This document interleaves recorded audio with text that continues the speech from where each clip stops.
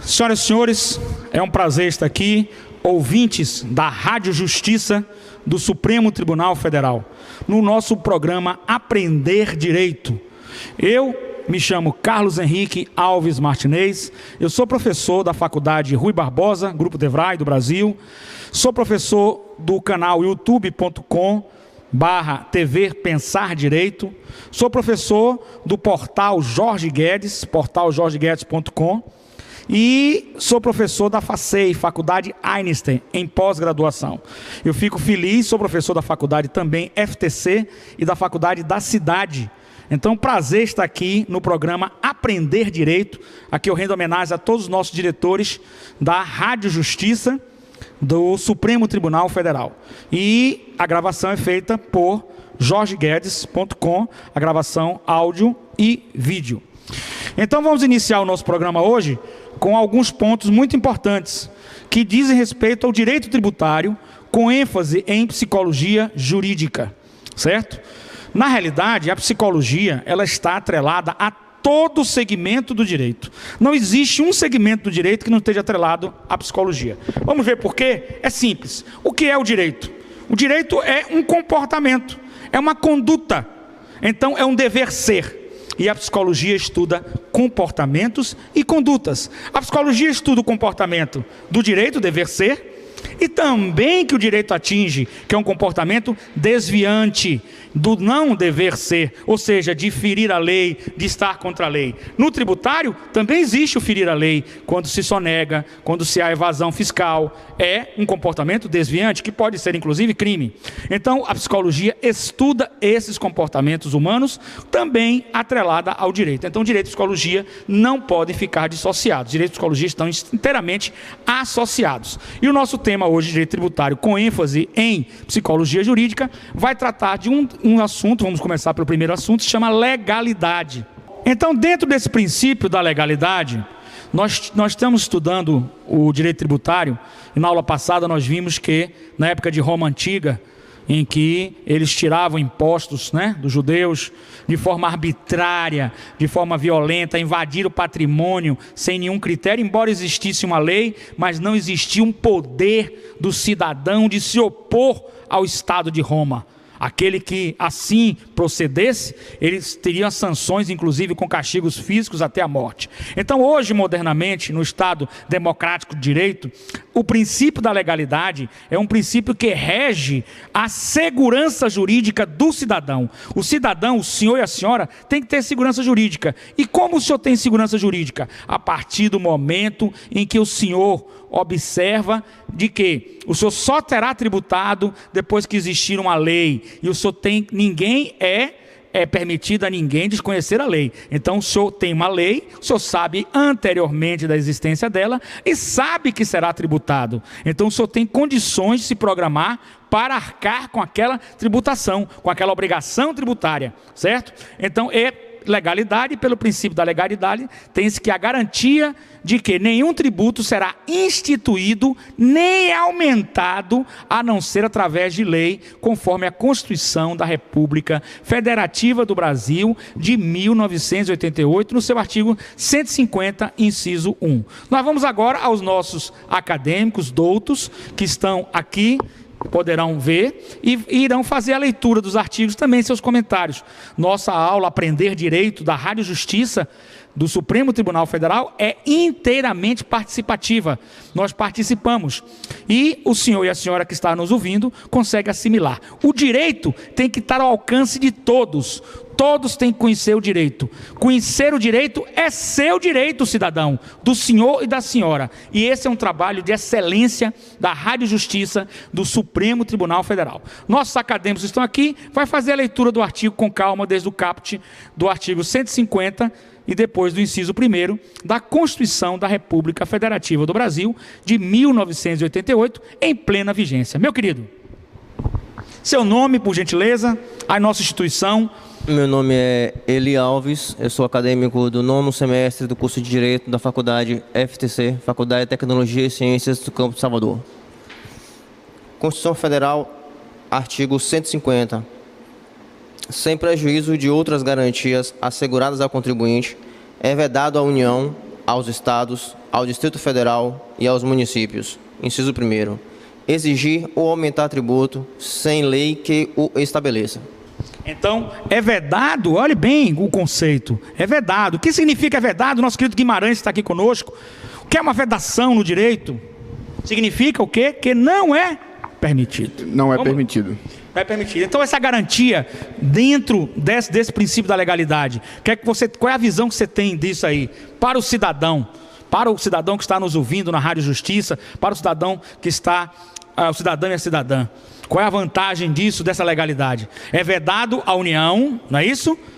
Aos municípios, aos estados e ao Distrito Federal. Exigir ou aumentar tributo sem lei que o estabeleça. Exigir significa criar tributos. Aumentar significa majorar tributos. Isso é um garantismo, meu querido Guimarães, que está conosco aqui, participando do programa desde o início do primeiro programa. Querido Guimarães. A legalidade é um princípio que assegura, né, as pessoas, de forma que se não tenha escrito em lei, não vai ter vigor. Então, a importância da legalidade é que a segurança jurídica do patrimônio do contribuinte, ele vai estar assegurado por conta do princípio da legalidade. Perfeito. Meu querido acadêmico, também vem estudando bastante, se dedicando bastante, como Guimarães e todos os demais, sobre essa questão, se debruçando sobre isso. Bem, novamente, meu nome é Alcides Coelho, eu sou da Faculdade FTC, 8º semestre aqui da matéria de tributos. E eu quero ler aqui o artigo, na forma do artigo 145, que confirma a questão da legalidade, onde ela diz o seguinte: a União, os estados e o Distrito Federal e os municípios poderão instituir os seguintes tributos. E no seu parágrafo primeiro diz o seguinte: sempre que possível, os impostos terão caráter pessoal e serão graduados segundo a capacidade econômica do contribuinte, facultando a administração tributária, especialmente para conferir efetivamente a esses objetivos, identificar, respeitados os direitos individuais, nos termos da lei, o patrimônio, os rendimentos e as atividades econômicas do contribuinte. Ou seja, a gente observa aqui a conexão do artigo 145 com a questão do artigo 150, onde fala que é vedado, né, de forma voluntária e assim sem o controle da lei, a devida lei, para poder fazer a regulação daquilo, se instituir o imposto de forma indevida. Perfeito. Então a gente está vendo aí, dois princípios já estão se casando, a capacidade contributiva e a legalidade, e aí nós estamos vendo que é preciso que o contribuinte tenha ciência anteriormente de que será tributado, justamente para que ele possa, neste momento, ele possa se preparar para arcar com aquela obrigação tributária. Não pode ser pego de surpresa, não pode ser invadir seu patrimônio sem nenhum critério legal, e aí nós temos um garantismo jurídico que é a legalidade. A legalidade está expressa na Constituição Federal e pela pirâmide de Hans Kelsen, a Constituição da República Federativa do Brasil de 1988 é o topo, e as demais leis terão que obedecer, terão que estar em sintonia com ela, porque se não estiverem, serão consideradas inconstitucionais. Então, para que uma lei possa ser considerada constitucional, uma lei tributária, se faz necessário que ela esteja em sintonia com os ditames da Constituição da República Federativa do Brasil de 1988, e um dos ditames é o princípio da legalidade.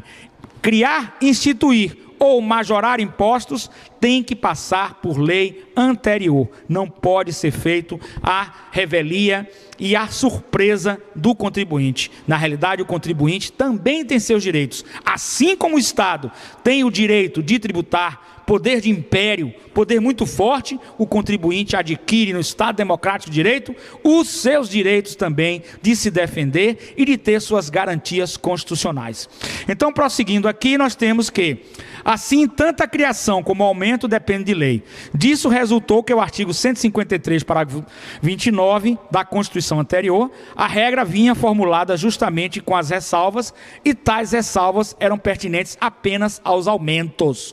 Então agora nós tivemos a Constituição que traz também não só a questão do aumento, mas a questão da instituição, da criação do imposto. Fica claro, de uma clareza solar, que se somente a lei pode criar, somente a lei pode aumentar. Admitir que a lei inferior possa aumentar os tributos é admitir que essa norma inferior modifique o que em lei superior foi estabelecido, o que constitui um verdadeiro absurdo. Evidentemente que existem no direito tributário exceções, né? Que são para, por exemplo, os impostos de importação e exportação, que variam de acordo com o câmbio, são exceções, coisas bem específicas, mas em tese, na maioria, nós temos que obedecer a esse princípio.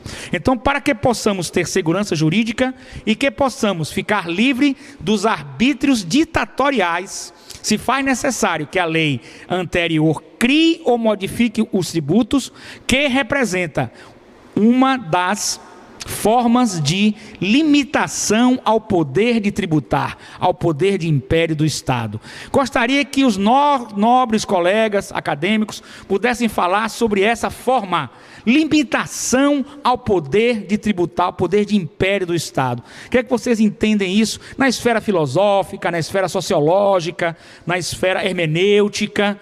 Essa limitação é importante? Nobre acadêmico. Olá, bom dia. Meu nome é Josias, juntamente com meus colegas, aluno da faculdade FTC, no 9º semestre. A limitação ao poder tributar, como já foi falado aqui, ela veio frente a essa arbitrariedade do Estado, na sua ânsia de arrecadar tributos. O professor falou aqui que quando não vigia um Estado democrático de direito, onde a lei não era a senhora que rege, né, as relações entre o Estado e o sujeito, o Estado ele vinha com a ânsia de contribuir e o que ele pudesse fazer para arrecadar, para extorquir as pessoas, para juntar tesouro para si, ele fazia. Então ele não tinha um freio. A limitação ao poder de tributar, eu vou dizer assim, que é um freio à ânsia do Estado. Então ela se desmembra em tudo isso aí, nos princípios. Princípio da capacidade contributiva, princípio da isonomia, princípio do não confisco, para que isso sirva de um freio a essa ânsia do Estado. É o que eu entendo. Perfeito, perfeito. Então aqui nós já vimos basicamente esse princípio da legalidade, que é importante que todo contribuinte tenha conhecimento, todo cidadão tenha conhecimento. E eu gostaria de dizer aos senhores cidadãs, que ao comprar uma Coca-Cola, os senhores estão pagando tributos. Senão a Coca-Cola seria muito mais barata, não é? Então esses tributos têm que respeitar esse princípio da legalidade, não só para o contribuinte, mas para o cidadão comum. Para o cidadão comum. O cidadão que compra, que consome. Então, voltando aqui, assim a lei deve prever não apenas as hipóteses de incidência. Olha lá, hipóteses de incidência. Não apenas as hipóteses de incidência. O que são hipóteses de incidência? Hipótese de incidência é, hipoteticamente, se ocorrer uma determinada situação, logo haverá uma tributação. Então, a lei não deve só prever as hipóteses de incidência em todos os seus aspectos, mas também a existência da relação obrigacional tributária como um todo. Relação obrigacional tributária como um todo. Eu quero agradecer demais. Nós vamos ao próximo bloco e nós vamos tratar no próximo bloco da capacidade contributiva. Rádio Justiça, Supremo Tribunal Federal, programa Aprender Direito. Muito obrigado, até o próximo bloco. Obrigado.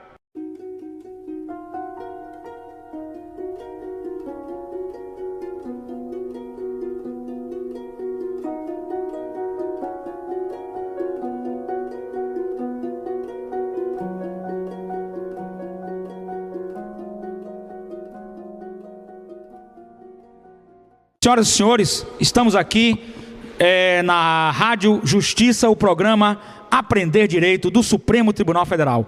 Novamente uma homenagem à Rádio Justiça, à nossa direção, por esse programa educacional. Conhecer o direito é seu direito, cidadão. Nós estamos levando um programa educacional para a sociedade brasileira, pela internet e pela Rádio FM da Rádio Justiça do Supremo Tribunal Federal. Uma iniciativa excelente que nós pretendemos cada vez mais implantar, cada vez mais ampliar, para o senhor e a senhora ter conhecimento de todo o segmento do direito e também da psicologia que está atrelada ao direito, chamada psicologia jurídica. Né? Um abraço e uma grande homenagem à sua excelência, o doutor, professor, nosso querido presidente do Supremo Tribunal Federal, ministro Ricardo Lewandowski, que tem feito grande trabalho no Supremo Tribunal Federal nessa presidência. A todos os ministros do Supremo Tribunal Federal, suas excelências. Vejam só, nós estamos trabalhando agora na capacidade contributiva. A capacidade contributiva é mais um ganho do Estado Democrático de Direito, porque se trabalha com a possibilidade de qual tipo de capacidade econômica uma determinada pessoa, seja pessoa física, seja pessoa jurídica, tem de contribuir com impostos. Nós temos um Estado democrático de direito que tem que prezar pelo equilíbrio das relações jurídicas. As relações jurídicas têm que estar equilibradas, as relações jurídicas têm que estar justas, e não pode se desequilibrar, porque se desequilibrar você o quê? Você vai pagar, vai se sacrificar mais pagando imposto do que uma pessoa que podia pagar muito mais. Não, nós temos que equilibrar. Então, quem pode mais, paga mais. Quem pode menos, paga menos. É o princípio da capacidade tributária, a capacidade contributiva tributária. Então, a justiça social, que é um princípio do Estado Democrático de Direito, deve prevalecer em todos os aspectos do meio social. Viver em sociedade é equilibrar de forma isonômica, de forma igual, as relações sociais, sob pena de se gerar injustiça, sob pena de essa injustiça social ser gritante e o Estado deixar de ser o Estado Democrático de Direito. Então, nós respeitamos e temos que respeitar o princípio da capacidade contributiva, que nivela as pessoas físicas e jurídicas na possibilidade que elas têm de pagar tributos, não é? Dentro das suas possibilidades. Então o Estado Democrático de Direito deseja e almeja o máximo de equilíbrio nas relações sociais. Assim, a Constituição da República Federativa do Brasil, a nossa Carta Cidadã, de 1988, em plena vigência, restabeleceu a norma que expressamente consagrava na Constituição de 1946 o chamado princípio da capacidade contributiva, que está expresso no artigo 145, parágrafo 1º, que já foi lido e será novamente lido aqui pelos nossos acadêmicos. Nosso querido acadêmico, a leitura desse artigo 145, parágrafo 1º, com uma nova visão agora dentro da capacidade contributiva. Vamos lá. Artigo 145, em sua forma, fala o seguinte: a União, os Estados, o Distrito Federal e os municípios poderão instituir os seguintes tributos. Parágrafo 1º. Sempre que possível, os impostos terão caráter pessoal e serão graduados segundo a capacidade econômica do contribuinte, facultado à administração tributária, especialmente para conferir efetividade a esses objetivos, identificar, respeitamos os direitos individuais e nos termos da lei, o patrimônio, os rendimentos e as atividades econômicas do contribuinte. Então o contribuinte será respeitado, na sua opinião, em todos os seus aspectos, né? Relendo isso aí, o que é que o acadêmico pode retirar de informação preciosa para nós, para todos nós e para o ouvinte da Rádio Justiça do Supremo Tribunal Federal, no nosso programa Aprender Direito, que leva ao cidadão, a cidadã de cada parte desse país e do mundo, uma informação qualificada no sentido do direito. Conhecer o direito é seu direito. É direito do cidadão conhecer o direito, mesmo que ele não seja um profissional de direito, mas ele tem o direito de conhecer o direito. É um direito do cidadão. Meu querido. Eu vejo o seguinte, após a leitura aqui, eu observo que é o seguinte, como diz o professor Luciano Amaro, né? Onde não houver riqueza, é inútil instituir imposto. Do mesmo modo que em terra seca não adianta se plantar se não tem água. Então, ou seja, não se pode instituir o imposto aonde não se tem essa riqueza para poder se fazer a devida tributação. Eu vejo que assim a capacidade tributária ela tem assim 2 objetivos. O primeiro, a forma objetiva e a subjetiva. A objetiva é a identificação da riqueza. E a subjetiva é que parte dessa riqueza, na verdade, pode ser tributada. Entendeu, professor? Perfeito, perfeito. Perfeito. Então aqui nós temos que serão graduados segundo a capacidade econômica do contribuinte, mas tem uma expressão aí na lei que fala sempre que possível. E nós temos que fazer uma interpretação hermenêutica mais favorável. Sempre que possível, sempre será possível formar, criar leis ou majorar dentro da capacidade contributiva dos contribuintes. Não tem porquê sempre que é possível. Tanto é que vários doutrinadores se debatem sobre isso, e nós temos então que, embora exista essa ressalva sempre que é possível, no início do mencionado dispositivo, né? O colega pode ler aí, por gentileza, esse sempre que é possível.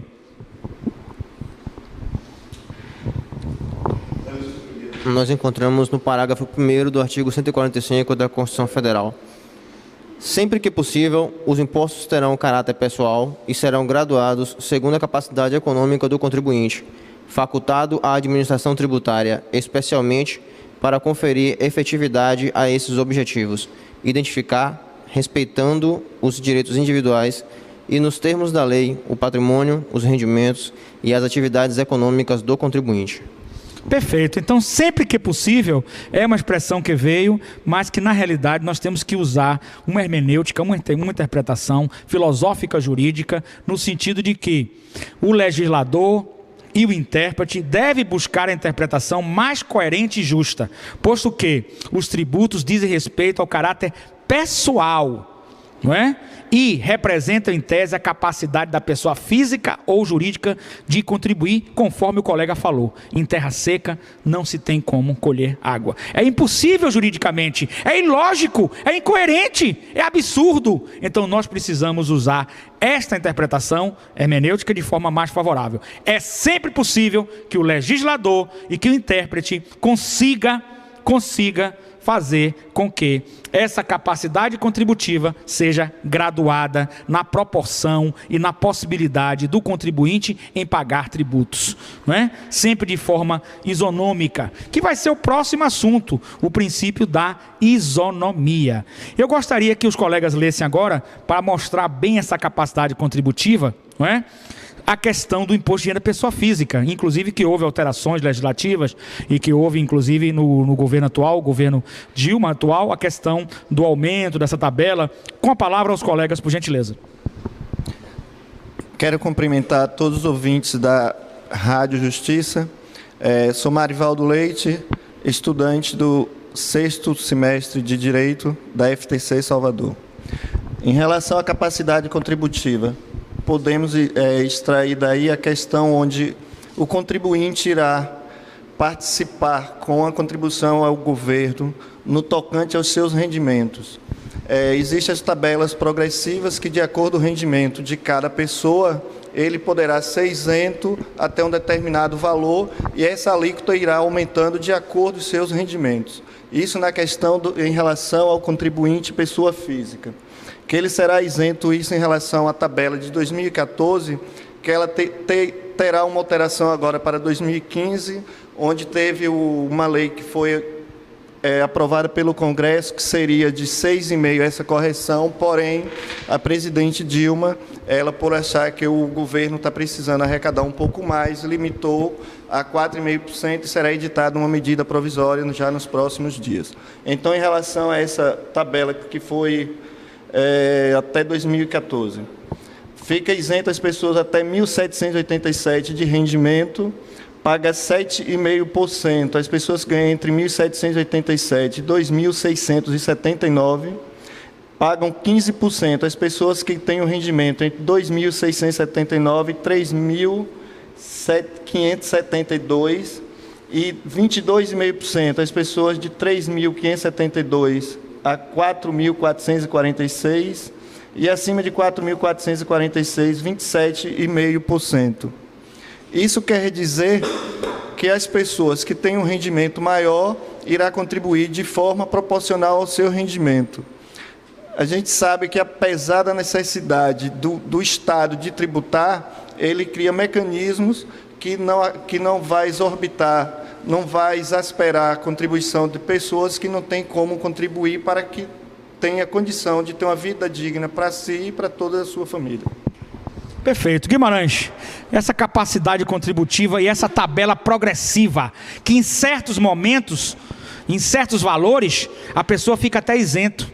Porque são valores pequenos que ela ganha, que ela não poderia contribuir com nada. Em outros valores, ela é tributada num valor muito mais alto. A sua opinião sobre isso, dentro de uma filosofia jurídica tributária, dentro de uma hermenêutica, dentro de uma sociologia, dentro de algo mais profundo, além da letra fria da lei? Eu quero contribuir com o princípio da isonomia, né? O princípio da isonomia, ela deixa claro que tratar todos de forma igual. Então, aquela pessoa que tem a capacidade de contribuir nesse valor abaixo, que o colega foi citado, nesse valor abaixo, ele fica isento. Proporcionalmente, aquele que recebe uma quantia maior, de forma isonômica também, ele vai, de alguma forma, visando uma questão social agora, contribuir para aqueles que estão isentos na sua tributação, para que essas pessoas sejam acolhidas com os futuros recursos que estarão destinados para as camadas mais desfavorecidas, para poder ser acolhido através da assistência à saúde, assistência à segurança, assistência à educação. Eu creio que esse é o principal papel fundamental do tributo, para que seja destinado para fazer de forma isonômica para a sociedade. Perfeito. O nobre colega quer dar também uma palavrinha também. A participação de todos aqui são acadêmicos de direito que estão debruçados, estudando na questão tributária, dentro da questão também psicológica, filosófica, sociológica. Capacidade contributiva. Eu quero fazer as minhas palavras, a de Guimarães, porque talvez a preocupação maior do Estado em tributar seria exatamente visando o bem maior que é a coletividade, visando o bem maior que é a sociedade, como diz respeito à destinação dos tributos, voltado para a saúde, voltado para a educação, e que eu acho que deveria ser de forma mais clara a destinação dos tributos, porque temos vários tributos que não tem, o contribuinte ele não sabe por que ele está sendo tributado, ele não sabe para que ele está sendo destinado. Se tivesse até uma transparência maior nessa questão, eu acho que o contribuinte ele estaria mais satisfeito com o poder do Estado em relação ao tributo. Perfeito. A capacidade contributiva, ela é um ponto importante que abrange não só a legalidade, não só a isonomia, não só outros princípios do direito tributário. A capacidade contributiva, ela diz que nós vivemos em coletividade e nós temos que ter um princípio em coletividade. Em coletividade, nós temos que ter o princípio da solidariedade. Esse princípio da solidariedade diz o seguinte: aquela pessoa, esse princípio da solidariedade está filosoficamente, na filosofia do direito, atrelado à capacidade contributiva, porque aquela pessoa que ganha mais, contribui mais, e aquela pessoa que ganha o mínimo, que não pode contribuir, não contribui e recebe os benefícios do Estado. Aí nós estamos fazendo a justiça social, aí nós estamos fazendo uma distribuição dos benefícios sociais, nós estamos trazendo um equilíbrio social essencial ao cidadão e à cidadã. Nós estamos construindo uma sociedade solidária, mais humana, e isso é muito importante, o princípio da capacidade tributária. Quem pode pagar mais, paga mais. Quem pode pagar menos, paga menos. Esse é um princípio que o legislador deve observar. E aí a minha crítica pessoal à expressão sempre que é possível, certo? Na questão que determina a capacidade contributiva na Constituição Federal. Sempre que é possível, sim, porque será sempre possível fazer que o contribuinte possa pagar dentro das suas possibilidades, porque isso é um princípio de justiça social, é um princípio de solidariedade, e o Estado justo, democrático, direito, precisa atingir esses princípios. Eu quero por demais agradecer ao senhor e à senhora, ouvinte da Rádio Justiça, do programa Aprender Direito. Conhecer direito é seu direito, cidadão e cidadã. Até o próximo bloco, em que nós vamos falar do princípio da isonomia e o princípio do não confisco dentro do direito tributário pátrio. E é um prazer estar aqui com o senhor e a senhora. Muito obrigado. Até o próximo bloco.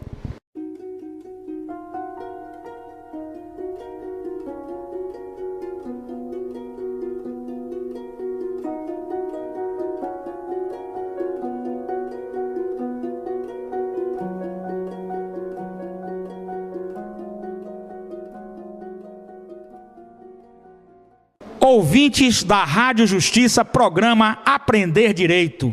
Cidadão e cidadã, a Rádio Justiça é um programa, o programa Aprender Direito, os programas da Rádio Justiça trazem informação qualificada, informação séria, científica, educacional para o senhor e a senhora. E o programa Aprender Direito não é só para o acadêmico de direito, o profissional do direito, é um programa para toda a sociedade. Aprender o direito, conhecer o direito, é um direito seu do cidadão, para exercício da cidadania. Muito obrigado à Rádio Justiça, aos nossos diretores, ao Supremo Tribunal Federal, por a oportunidade que nos dá a toda a sociedade brasileira de ouvir a Rádio Justiça no Brasil todo pela internet e em Brasília pela FM. Então, Rádio FM. Então nós vamos agora, conforme nós tínhamos dito, do princípio da isonomia. O que é isonomia? Isonomia significa uma espécie de igualdade. Nós, seres humanos, podemos ser considerados iguais? É complicado. Nós somos iguais perante a lei? Sim, em tese. Somos iguais perante a Deus? Sim, em tese. Mas nós temos diferenças e nós temos que respeitar as diferenças um do outro. E no tributo, no direito tributário, nós temos também diferenças e nós temos que respeitar as diferenças também no direito tributário, porque senão nós estaremos ferindo de morte o princípio da isonomia ou da igualdade. Então, o princípio da isonomia ou da igualdade possui duas acepções, não é? A primeira é horizontal e a segunda é vertical. Então vejam só, na primeira acepção, que nós vamos ver aqui, ó, a primeira, o princípio da isonomia ou da igualdade, possui duas acepções, uma horizontal e outra vertical. A acepção horizontal refere-se às pessoas que estão niveladas, daí a nomenclatura, na mesma situação e que, portanto, devem ser tratadas da mesma forma. Por exemplo, você tem um empresário que fatura 10 bilhões de dólares ao ano e outro que fatura 11 bilhões de dólares ao ano. Eles estariam de forma, na princípio da isonomia, horizontal ou vertical? Eles estariam na posição horizontal, certinho? Então eles faturam aquele mesmo valor parecido. Então eles têm que ser tratados da mesma forma. A acepção vertical refere às pessoas que se encontram em situações distintas e que justamente por isso devem ser tratadas de maneira diferenciada, na medida em que se diferenciam. Maneira diferenciada na medida em que se diferenciam. Por que isso, gente? Por exemplo, você pode tratar de forma tributária uma pessoa, um empresário que ganha que fatura 10 bilhões com um empresário que fatura 1 milhão de reais? Não seria justo, não seria correto. Você tem que ter um tratamento diferenciado para fazer justiça, porque aquele que ganha 10 bilhões, ele pode, em tese, contribuir mais, porque ele terá que apurar o lucro dele, poderá ter prejuízo fiscal e uma série de coisas que isso é apurado na LUR, que é o lucro de apuração do lucro real. Para grandes empresas é utilizado o lucro real, que é um lucro onde você apura a despesa, a receita, você faz o balanço, tem a contabilidade, o balanço dá o lucro ou prejuízo contábil, depois você faz acréscimos, né, e deduções, e você vai chegar ao lucro chamado fiscal ou prejuízo fiscal. Mas, em tese, você estaria num patamar mais avançado e poderia ser tributado de forma mais abrangente. Então você tem na horizontal, na posição horizontal, um tratamento que deva ser da mesma forma. E na posição vertical, um tratamento diferenciado a partir do momento em que há a diferenciação, e a partir do momento em que vocês se diferenciam. E um exemplo clássico disso são as pessoas jurídicas, que hoje o governo federal, aí o próprio governo Lula, ele criou o microempreendedor. Para que esse microempreendedor? Tirar as pessoas da informalidade. São pessoas que fazem cocadas, pessoas que são camelôs, pessoas que vendem nas ruas, pessoas que vendem de porta em porta, pequenos negócios em que passam a ter formalidade. E aí, graças ao Sebrae, um abraço ao pessoal do Sebrae, graças ao Sebrae, que tem ajudado e muito esse programa, o microempreendedor, ele passa a ser formalizado e ele passa a ter uma tributação concentrada, uma tributação menor, justamente para estimular ele nos seus pequenos negócios. Ele tem limitações. Se passar daqueles valores, ele já não se enquadra mais em microempreendedor. Além do microempreendedor, nós temos o lucro presumido, que é diferenciado do lucro real. O lucro real é o chamado, que vai ser apurado no livro LALU, o lucro de apuração do lucro real. Ou seja, o lucro real você vai realmente apurar na íntegra, com despesa, receita, contabilidade, qual é o seu lucro real. E o lucro presumido? O lucro presumido, o governo simplifica um pouco, já que você está numa posição vertical, né? Você tem uma diferenciação daquela outra empresa maior. Então ele diz o seguinte: olha, você tem que ter um contador, lógico, tem que ter sempre para as empresas, mas você não precisa fazer uma apuração desse lucro de forma real, você pode presumir. Então você aplica uma alíquota, não é? Essa alíquota é aplicada de acordo com o seu faturamento.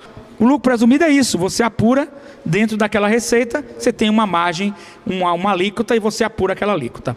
Bom, o resultado disso tudo é que o lucro presumido, ele conforme foi dito aqui, o lucro presumido, ele é uma presunção que o governo faz de um faturamento, dentro de um faturamento que você tem, dentro de uma possibilidade de um lucro. Mais simples, mais prático, que você não apura, não fica com nota fiscal, com nada, guarda as coisas, despesas, etc., e você já consegue pagar. Isso é uma diferenciação. Por isso devem ser tratados de maneira diferenciada, na medida em que se diferenciam, certo? Então vem o jargão jurídico. Qual é o jargão jurídico aqui? A lei trata igualmente os iguais e desigualmente os desiguais. Aí se pergunta, a lei trata igualmente os iguais e desigualmente os desiguais? Não seria injusto? Não, é justo, porque a lei, ao tratar, a lei trata igualmente os iguais e desigualmente os desiguais, justamente para igualá-los. Para que você possa igualar as pessoas nas suas condições, circunstâncias e peculiaridades, você tem que tratá-las de forma igualmente os iguais, desigualmente os desiguais, justamente para igualá-los. E aí você tem um exemplo fora do direito tributário. Vamos dar um exemplo claro? O estacionamento do shopping. Perto do elevador, você encontra uma placa que você não pode estacionar. É própria para o deficiente físico. Outra é própria para o idoso. O que representa? O idoso, ele não tem mais condições de andar como nós, mais jovens. Não é verdade? Nós, mais jovens, os jovens que estão aqui. E o deficiente, pode ser um cadeirante, também não pode. Então ele fica próximo já do elevador. Olha aí a lei tratando igualmente os iguais, desigualmente os desiguais, justamente para igualá-los. A lei está tratando aí, ó, claramente, cabalmente. Agora, nós que podemos andar, temos que colocar o carro distante.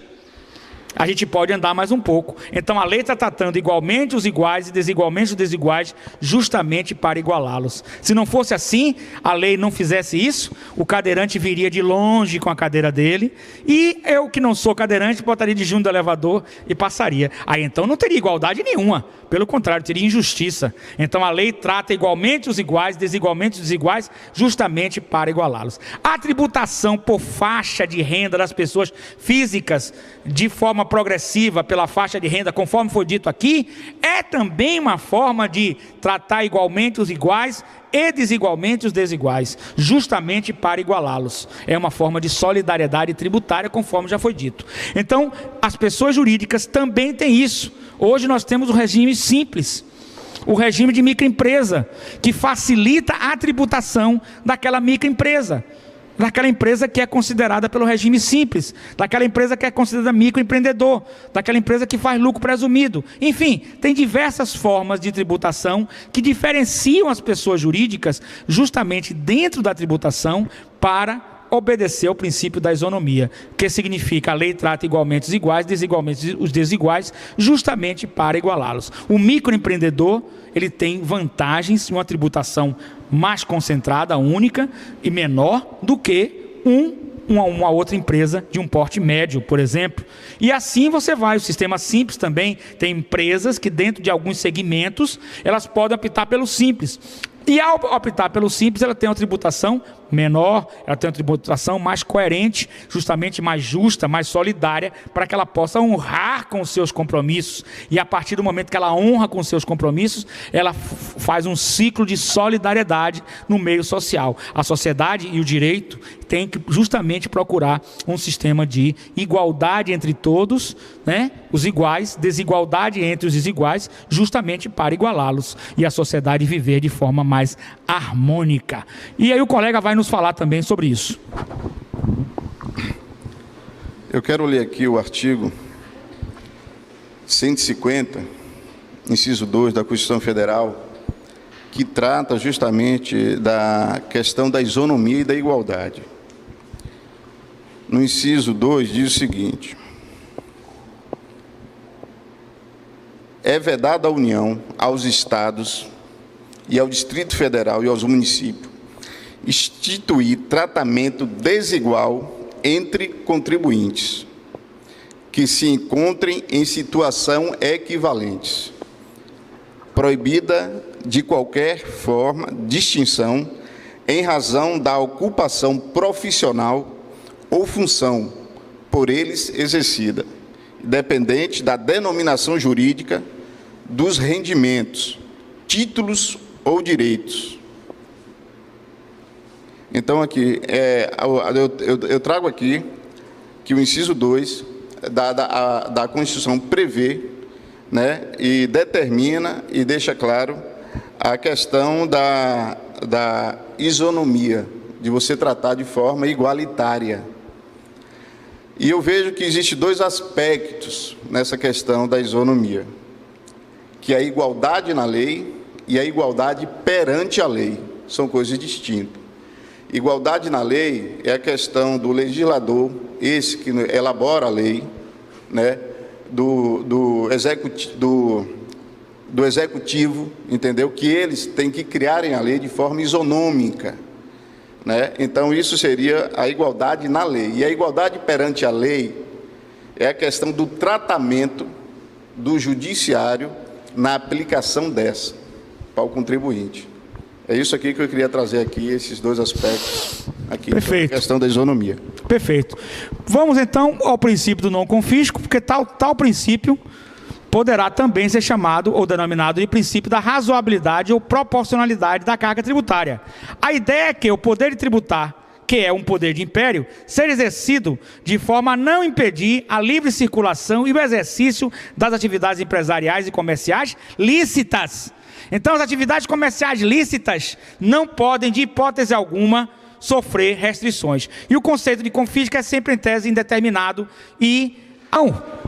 O princípio do não confisco diz também que, além de não confiscar, que é um princípio que é em tese indeterminado, ele também diz que não se pode confiscar através de multas altíssimas que ultrapassem o valor das mercadorias, porque também seria um princípio de confisco, um princípio de retirar do contribuinte aquele bem através de dinheiro.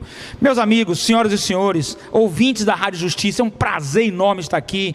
nesse programa. Espero que os senhores tenham assimilado e vamos então ao próximo programa, se Deus quiser. Um abraço a todo o pessoal da Rádio Justiça, aos nossos ouvintes de todo o Brasil da Rádio Justiça e ao nosso querido Supremo Tribunal Federal e ao grande programa Aprender Direito, que é um programa que vai levar conhecimento a toda a sociedade brasileira, seja ela profissional de direito, acadêmico ou não, porque conhecer o direito é seu direito. Muito obrigado. Programa Aprender Direito da Rádio Justiça. Muito obrigado mesmo. Até o próximo programa.